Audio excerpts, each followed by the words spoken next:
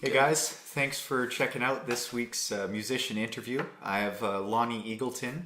He's a session player, and he just got back from touring with an artist who is quite up there in the charts recently. And Lonny, do you want to tell a little bit about who you've been playing with and like where you've come from a little bit? And thanks for coming out, man. Appreciate it. Yeah, thanks for having me. So yeah, like, do you want to tell the audience where exactly like you started out and like where you've sort of become today in a brief snippet sort of thing? Sure. Yeah, my name's Lonny, like Dan said, and I grew up in Kelowna, BC, Canada, a town of about 100,000, and started playing guitar there and kind of incorporated myself into the music scene. And then as soon as I graduated high school, I moved to Vancouver, kind of the big city, you know, sort of with the hopes of establishing myself as a session player in Vancouver. So I moved here, started playing with basically any artist who I could play with, just looking for gigs, wanted to play in front of as many people as possible with the hopes of getting my name out there, and one day landing a gig playing for a big artist. You know, somebody was playing on TV, somebody was doing big tours. That was always my dream.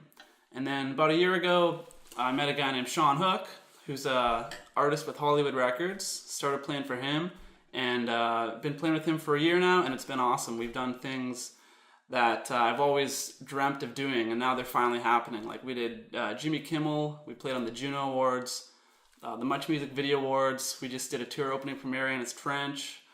You know, just really living the dream, and I'm super pumped to be where I'm at with my career so far. So yeah, that's kind of a bit about me. Yeah. Awesome. Yeah, man. That's super great to hear. Lonny and I were chatting before. We were just on the car ride over, and we were chatting a little bit about like, you know, growing up and just really almost grabbing every single opportunity and just trying to play a whole bunch of different instruments. And Lonny, like, you play the guitar as your main instrument, and did you play many other instruments before, or guitar is my main instrument. I started off playing sax in grade 7, you know how you do in band class, and played for a few months, and then one day I was in the band room before school, and a buddy of mine was playing Master of Puppets on guitar by Metallica, and it was literally like the coolest thing I'd ever seen. I was just watching him play this riff, and I was amazed, and I found out he'd only been playing guitar for 6 months. And I was like, holy, like you can do that in 6 months. So literally the day I got home from school that day, I told my mom, I was like, hey, I want to play guitar. And she's like, no, you're not playing guitar. And then, you know, I was pretty persistent. And then I got a guitar for Christmas that year. And so, yeah, I've just been playing guitar ever since. Still playing, obviously. And it's definitely my primary instrument, kind of my main party trick, you know. For sure. But I play a little bit of piano, a little bit of trumpet, a little bit of banjo, a bit of mandolin, some background vocals. Nothing too serious, you know. But yeah, guitar is definitely my main thing. Yeah, for sure. Yeah. And like, what really drives your art from like the first day? Like just seeing that Master of Puppets, you're like, wow, this is exciting. For me, like the first time I held a bass, I just got like an adrenaline rush, and it felt amazing. And like as I grew as a musician, like the drive behind why I wanted to play sort of grew. And like, what was the drive of your art maybe between like that first time and now? Like what would you say like maybe the main fire behind what you love creating in music might be? Wow, you have a sense on? It's a pretty serious question. Yeah, for sure. Well, I remember when I first started playing, the first riff I ever learned was Thunderstruck by AC/DC. I was doing it a lot slower than it originally is, but yeah, I remember playing that for the first time and just hearing the songs that I'd heard on the radio, and all of a sudden that sound was coming out of my fingers. It was just such a special feeling. I was like, wow, I'm making that sound, and I just got so excited. You know, it's kind of a feeling you don't really get from anything else, and I still get that. Yeah. So that's kind of what drove me originally, was just that initial spark of creating riffs. And then I played my first gig when I was 14 with this band I put together. Just my best friends in school, found a drummer, found a bassist, and I was like, let's make a band. And then I got this gig for us at a bar called Whiskey Jacks in Kelowna. And we were only 14, so we had to, just leave right after we played, that kind of thing. Yeah. But that was my first time playing in front of an audience, and it was amazing. For sure. Like, I was just so pumped to be the guy up on stage and, people watching, and it was just so inspiring. Especially after being a fan of bands like AC/DC, Guns N' Roses, Metallica, watching their concert DVDs, and, one day wanting to be on stage just like they were, to finally be that guy up on stage, it was pretty cool. Yeah. And then, so that's kind of what drove me then, was to play in front of audiences. And then now what drives me is just, I'd say just that I have so many cool things happening for me. Like, I just did an arena tour across Canada, and that's, like, not many people get to do that. I feel so fortunate every single day.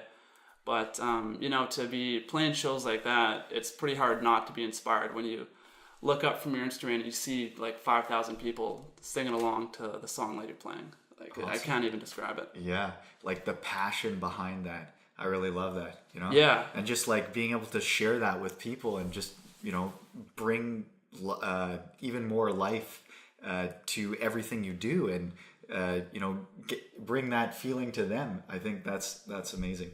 Totally, yeah. It's just about kind of sharing your art with other people and giving them a good time. Because I think as musicians, that's what you do, is you evoke feelings in people. For sure. Like, you can make them feel sad. You can make them feel happy. You have a lot of power when you're up on stage. So I like making people happy, giving them a good time. And when you see people that are up there dancing to your music, it's pretty cool. Yeah. Yeah, I remember before, like, each part of performance and, like, performing to the audience, I think it can be, like, a really exciting way to share that passion for music, and, like, share that feeling that you get when you get to play something like the AC/DC riff on stage. And, like, as you're growing with your art, do you find that sometimes, like, certain artists from time to time, from my experience, they've looked at many different types of music and say, like, oh, in this music I'm able to express myself more, or this one I'm able to express myself more.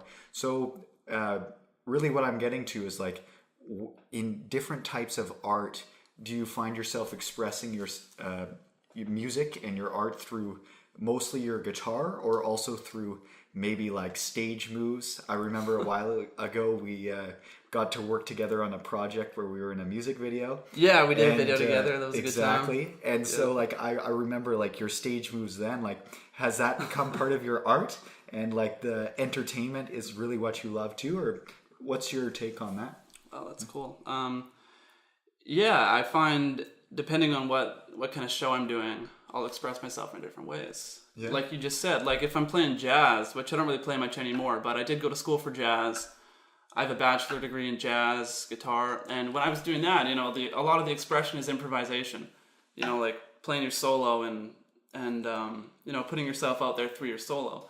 Whereas when I'm playing with Shawn Hook, everything's written. Like, I'm playing this part that's just like a dun, dun, dun, dun, and I play that every single time we play the song in that very same place. So it's not so much expressing myself through parts, more so the performing aspect is what I like. Like stage moves, like you were saying, like sometimes I'll even plan it out. Like going into a chorus, I'll do like a spin, or like at the start of the bridge, I'll like drop down to my knees for a sec, little things like that. Or like I'll throw a pick out here. And to me, that's expression. It's almost like I'm up there dancing for people while I'm playing guitar. That being said, I do get a couple solos when I play with Shawn, and those are improv. So, yeah, that's cool. But, yeah, it's just, everything's great. And yeah, playing music for people, it's just nothing really better than it. Yeah, for sure. It's like, I always explain it to somebody who doesn't play music, how you can feel it. It's like, when you tell a joke to a room and everybody laughs at your joke. Yeah. Like, it makes you feel pretty good about yourself. That's kind of what it's like playing music when people are into your songs. Yeah, for sure. Yeah. And just like that passion again, like just bringing all the energy from the first touch all the way to like the end of the performance.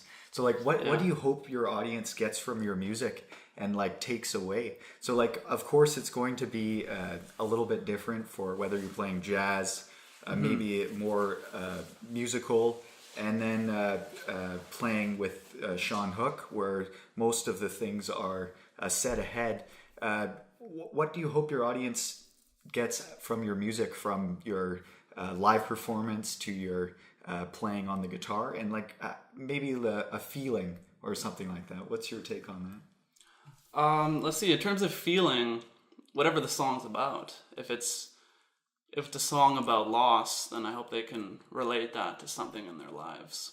Or if it's a song about having a party, having a good time, hopefully they can have a good time. But, when I'm playing, since I'm a sideman, I'm like a hired gun for somebody who's hiring me. And let's say in the instance of Shawn Hook. So he's hiring me to play guitar on his songs, to play his parts. Therefore, I'm representing him during the show. Mm-hmm. So what I hope the audience gets from a show, at a Shawn Hook show, is that they become a Shawn Hook fan. Yeah. If they haven't already heard of him. Like say we're opening for somebody. We did a tour opening for Lindsey Stirling recently in the US, where nobody really knew us, So my goal there is to convert all those Lindsey Stirling fans into Shawn Hook fans. And if somebody already knows Shawn Hook and it's his show, for example, if we're headlining, then I just hope that they have a good time and it solidifies their love for him. So that's pretty much how I think of it, being a sideman. Everything I do is a representation of the artist. Yeah. Awesome. Yeah, and like just bringing the life and what they intended out of each song. That's awesome. Exactly, yeah. Like if, Shawn writes a song about this topic, say the lyrics are about a song about heartbreak. Even though I didn't write the song, I'm just the one playing guitar on it. I'll try and wrap my head around his lyrics and see if I can relate those to an experience I've had. And then I'll play about that experience. Just so that I'm playing from the heart and not just playing notes. Yeah. Because there's a difference, Sure. Even if you're not singing lyrics, say you're just playing like a G note on your guitar. You're holding that G note. It's not just a note. It's a feeling. Yeah. Right. Yeah. So absolutely. If that makes sense. It's kind of abstract, but that's how I like to think of it in my mind. If if you could get that same feeling from mechanics, every software engineer and computer coder would be a musician, right? If you could get that same feeling it's the from half and half, right? Yeah, if you could get that feeling from mechanics, I think a lot more of us would be mechanics. Yeah, because it's a easier life, that's for sure. I mean, music it's such a gamble. I remember going into music and I was like, is this gonna work? Even a few years ago, it's like, am I on the right track here? Like, and what am I doing with my life? And you get a lot of people who are like, man, music's not a career.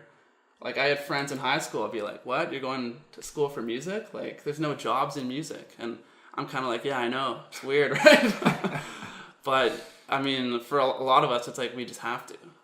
Like, you really don't have a choice. Yeah. And it's, it's an interesting life. Like, I woke up at, like, noon today, and that's just normal for me. And, a lot of highs and lows. But for sure, the highs are extreme. The lows are extreme. Yeah. But it's all worth it in the end. Yeah, man. And so, like, we were chatting a little bit, like, what do you hope the audience gets from your music? And, like, just getting that great feeling out of each song, what the composer intends.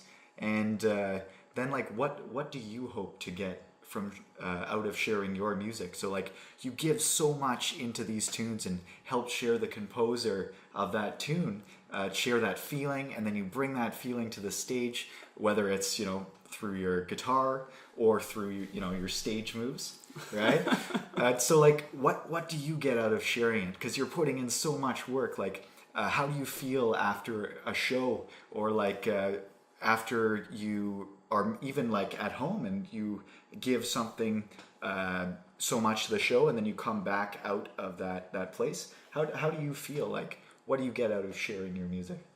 Yeah, well, that's a pretty crazy question too. After a show, it's if you play an arena or a big theater, that kind of show, it's like you're on crystal meth. Not that I would know, but it's like But it's like, oh, it's just so amazing. Like you Yeah. literally feel like you could do anything. Like you could bench press 1,000 pounds or something like that. Like it's just, you're on top of the world and you feel amazing. And then that was the first part of the question. Yeah, What yeah. else were you saying? As like even when you're like at home and you like think back to that time, and what do you get out of sharing your music with the audience? So, Right. like when you get home, you're like, you know, Yeah, that was good. What I get is just Yeah. the feeling of accomplishment, because I feel like I've given people a good night.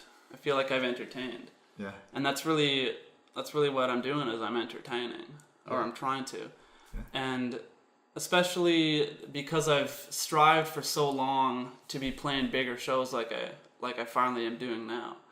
So to be finally doing them, it's just such a feeling of gratitude and accomplishment. Like the first time I played with Shawn and there was people singing along to his songs in the audience. That's something I've always, sort of fantasized about, is playing for an original artist, playing original tunes, and having the audience sing along. Because when you're playing covers, like you play Don't Stop Believin', everyone's going to sing along. That's a given. Yeah.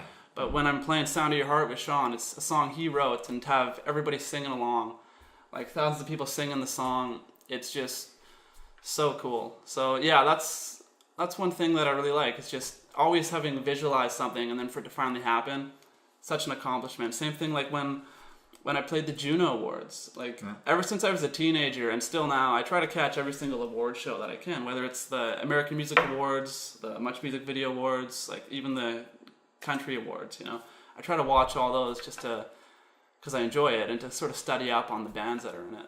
So when I got the email saying, hey, we're going to be playing the Juno Awards, March 5th, book it off in your calendar. I'm like, oh my God.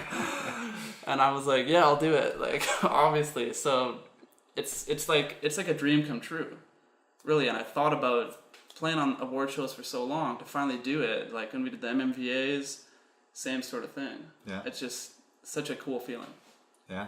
And what some other cool things, I think you played a few different shows on TV as well, and you played, like, a whole bunch of. Well, the Junos and the MMVAs were both televised, but another big one was Jimmy Kimmel.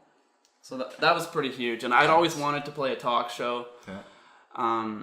Moving to Vancouver, I was like, I want to be playing with a band who's playing talk shows, late night shows. That was always a dream of mine. And then a few years ago, some of my buddies made it big playing with Carly Rae Jepsen when she hit it big with Call Me Maybe. And I saw them play on like Ellen, I think it was. And I was like, holy crap, like these are guys who I know, and they were at the same level I was about a year ago, and now they're playing on Ellen. So that just made it seem so much more attainable to me, knowing people who were doing what I wanted to do.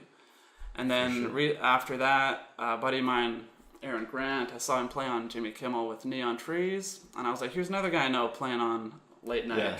Like, I can totally do this, and it just kept inspiring me and making me work harder. And then, when I got the call to do Jimmy Kimmel with Shawn, like, I literally cried because I was so excited, and I wasn't even sure I was going to do it either, because leading up to the show, my work visa, my U.S. visa to work in the U.S. was being processed, and we didn't know if it was going to come fast enough. Oh, wow. And then it was literally like, it was down to the wire, like 2 days before we were supposed to tape it, I think it was, the visa went through.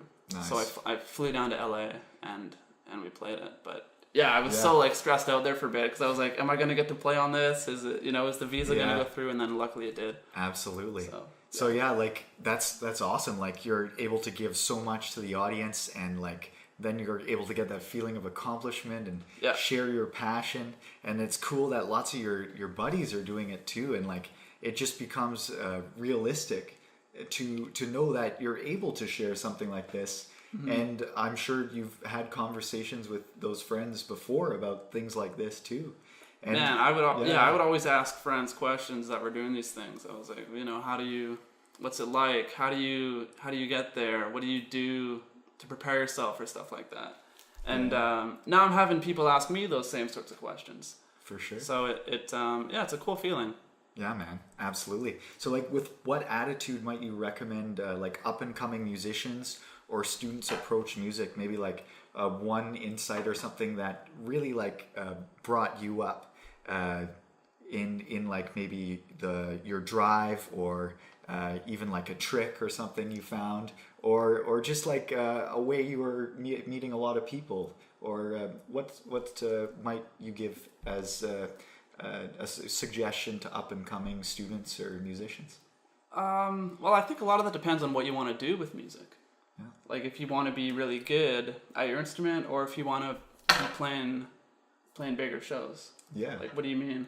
So like for you, I think it 100% it does matter absolutely for that. But just in your own experience, maybe coming up to where you are now, doing, I guess, like bigger shows and entertainment.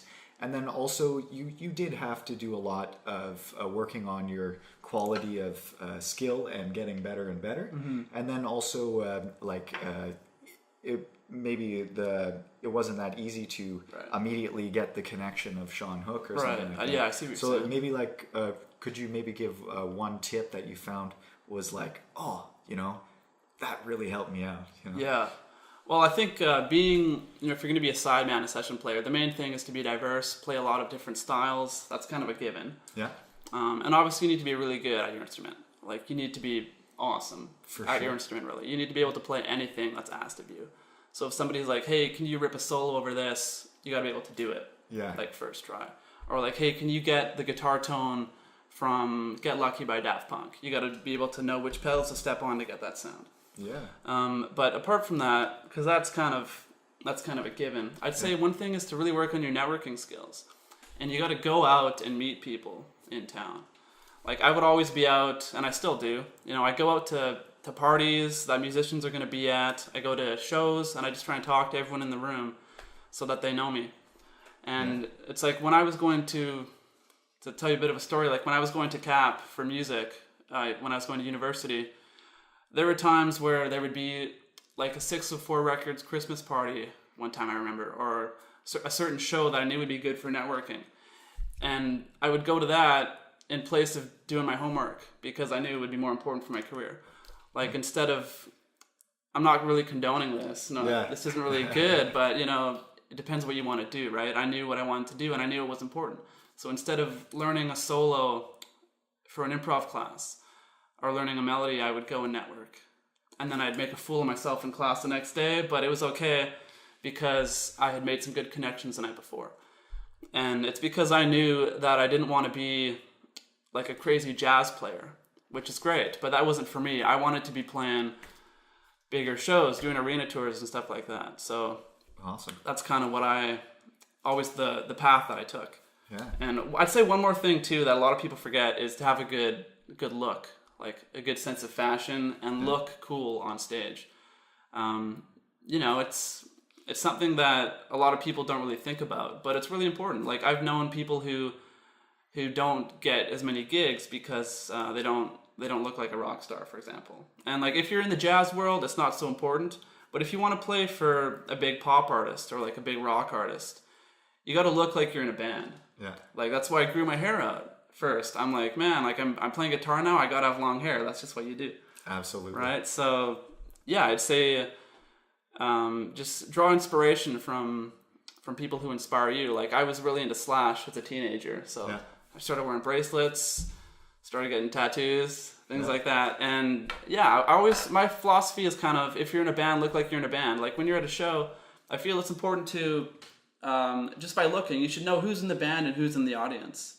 And if there's kind of a blur there, then maybe things should be a little different. Yeah. But that's just the way I look at it, and it's all subjective. Oh yeah, that's a lot of networking is really just like being part of the crew, and just making friends. Totally. It's not rocket science. It's just having a great time. It's making friends. Making good friends. So yeah, totally. You're not out there trying to like use anybody to further your career. You're just out there making friends. And if you think of it that way, you really can't go wrong. Like, it's easy to see the people who are just trying to like utilize people to further their career, and those people get weeded out fairly quickly.